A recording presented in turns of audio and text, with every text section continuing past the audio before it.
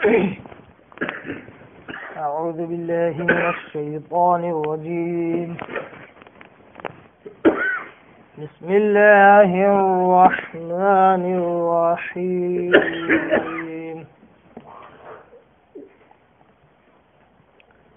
الحمد لله رب العالمين الرحمن الرحيم مالك يوم الدين إياك نعبد وإياك نستعين اهدنا الصراط المستقيم صراط الذين أنعمت عليهم غير المغضوب عليهم ولا الضالين آمين. صدق الله العظيم. نحمده ونصلي على رسوله الكريم. اما بعد، تمام قسم کی حمد و ثنا، تعریف، کبریائی اور بڑائی اللہ ہی کے لیے لائق الذبح ہے، جو ساری کائنات کا خالق ہے، مالک ہے اور رب العزت ہے۔ بعد اس کے آپ کے میرے آقا دو جہاں کے سردار الانبیاء پر کروڑہ کروڑ انگنت بے شمار درود و سلام صلی اللہ علیہ محمد وسلم۔ بعد اس حمد و ثنا اور درود و سلام کے محترم بزرگوں، عزیز نوجوان ساتھیوں، اللہ اور اس کے رسول سے محبت کرنے والے دیوانوں،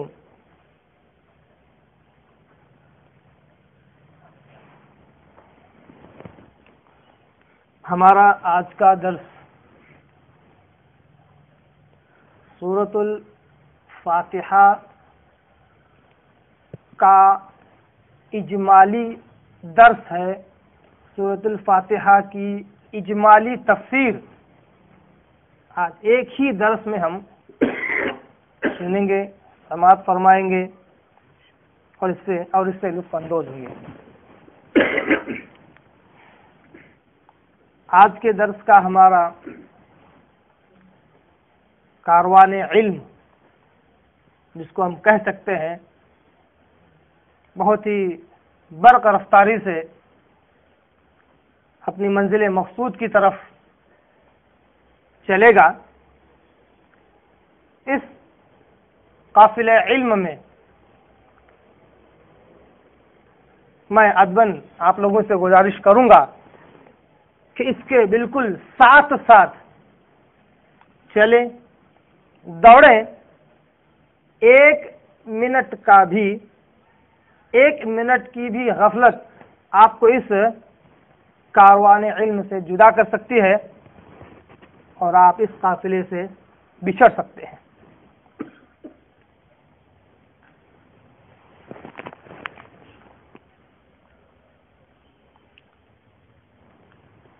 جب ہم قرآن مجید کو کھولتے ہیں، اس کی افتتاح کرتے ہیں، اس کے اوراق کو، جو کہ سب سے پہلا ورق ہے، اس کو پلٹتے ہیں تو سب سے پہلا سورہ ہمیں ملتا ہے سورۃ الفاتحہ۔ اللہ تبارک و تعالیٰ نے اس سورت کو حکمتاً طور پر اپنی حکمت بالغہ کے ذریعے سے اس سورت کو سب سے پہلے قرآن مجید میں رکھا، اور اس کی شان کے حساب سے اس کا نام بھی اللہ تبارک و تعالیٰ نے سورۃ الفاتحہ رکھ دیا۔ فاتحہ کہتے ہیں کھولنے کو، کھولنے والی سورت کو۔ اسی سورت سے قرآن مجید کھلتا ہے، اسی سورت سے قرآن مجید کی شروعات ہوتی ہے۔